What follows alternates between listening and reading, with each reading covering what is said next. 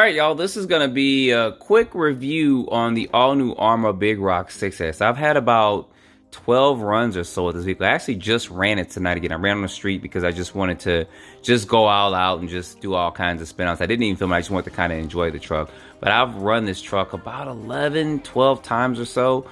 And you guys know that in my videos, I actually took this through its paces. I took it to the construction site and I kind of bashed the heck out of it there. I did a lot of stuff when I even submerged this truck in water, which I do not recommend because you could ruin your Lipos and even your electronics like that. And it's not recommended. They're water resistant, but not so much waterproof where you can submerge it in water. But I went ahead and just took that through there, and you guys saw that in that video. And this truck actually survived. So first off, there's going to be a link in the description if you guys haven't pre-ordered one yet. They'll probably be shipping them out at the time of this video within the next several days or so. But they do come in 3 different colors. So I'm going to announce this vehicle about 2 weeks ago at the time of this video, 2.5 weeks ago. And they have it in 3 different colors. They have this one, and they have like a gunmetal gray, and then they have a white one. The white one's going to ship out, I think, towards the mid part of December. For it, but these will be available. They said in November, towards the end of November. So if you guys order one, you'll probably be getting them soon. So first off, this truck is good, guys. I'm not even gonna beat around the bush. I beat this truck. I beat it. That's all I can say. I really took it through its paces, and I even had some runs off camera that I did not show you guys. I just wanted to kind of enjoy the truck and see how it actually is going to perform out there. And the truck handled it. It handled everything I threw at it, even the skate park. When I ran it there, I wasn't trying to break the truck. I was trying to jump it to see how it was going to perform, and everything held up. No bent chassis or anything like that.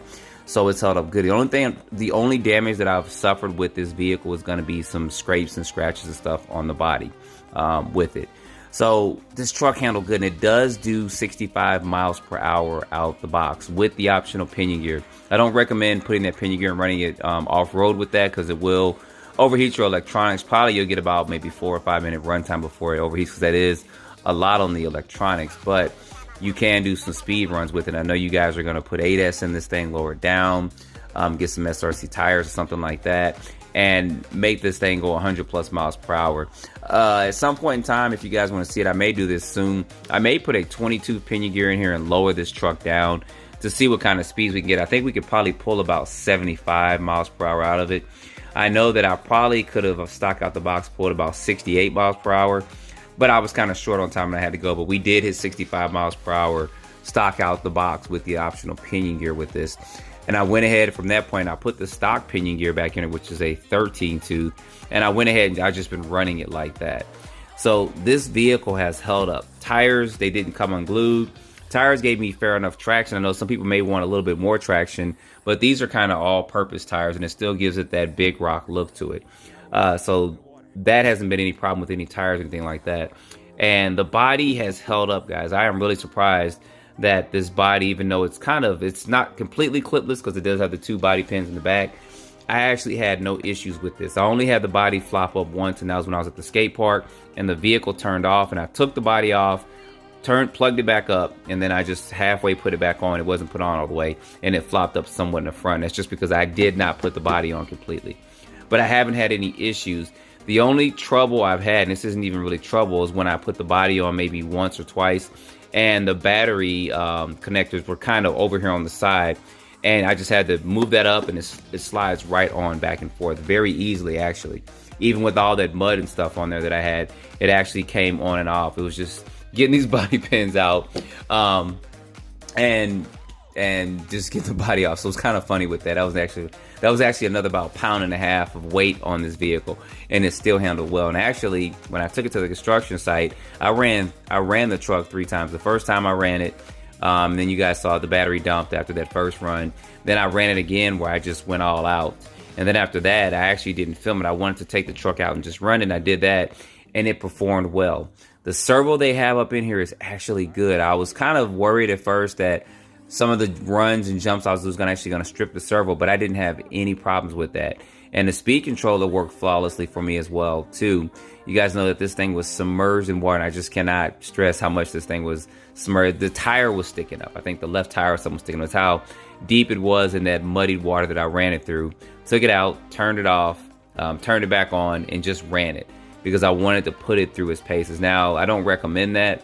But I should have cleaned the motor out, the bearings, something like that after I did all that. But I still just ran the vehicle. And it has held up. I haven't had any issues or problems out this vehicle at all. Even with the body, I was kind of concerned at first. You see, I can just take this off and remove this with one hand. It actually fits back on. I was kind of concerned at first with the body because I just didn't really want to bang this up. But this body actually is constructed good. The only damage that I have to the body, as you guys see, the little damage and stuff up in there. And then there's going to be scrapes and scratches and stuff on the front of it from me doing some of the running and stuff with it. But that's going to actually be fine. I think this held up well. Now, real quick with the lights, I thought you could actually install lights on here. You can. I went ahead and took this apart, and they're actually going to have a light kit for this. I think it said in January they're going to announce that or release that light kit.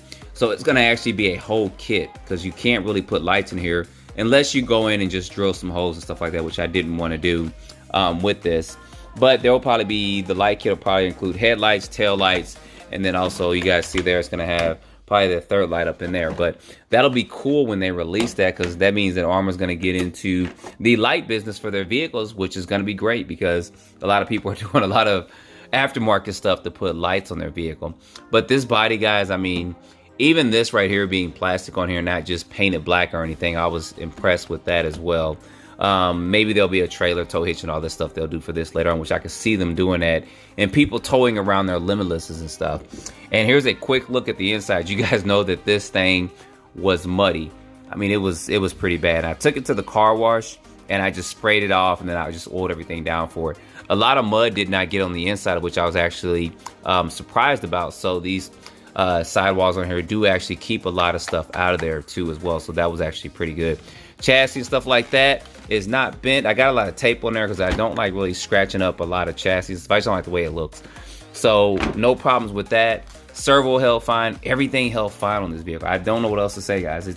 It's been a good vehicle, and I'm gonna actually, like I said, probably lower it down, put a 22 pinion gear in and run it probably next Saturday or something like that for Super Speed Saturday. So if you guys want to see that, put that in the comments below. You guys see how easy that went on. I did that with one hand. Slid it right on, put the body pins on, and you're good to go.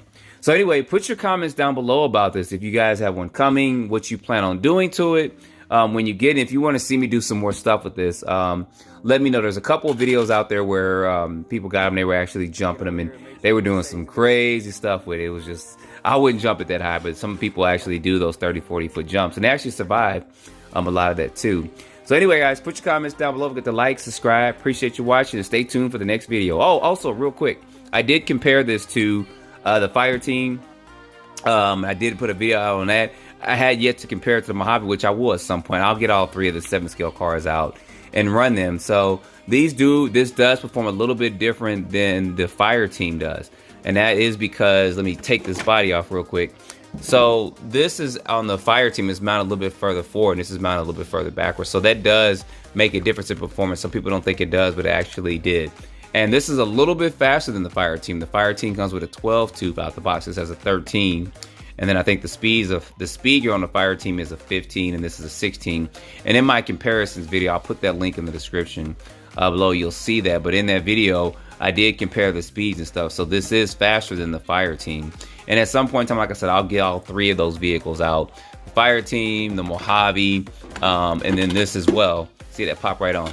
And this as well. And just run them stock out the box. I don't have stock Fire Team tires, but we'll run them stock out the box so you guys can see that. But I don't think you guys can go wrong if you're thinking about warnings. I know some people say these are expensive, but there are ways to do payment plans on stuff like PayPal and all that, because I do that myself on other vehicles too. When a vehicle's more than $500-600, I just don't want to shuck that out, so I do go ahead and do PayPal for PayPal. There's all kinds of options for it too as well.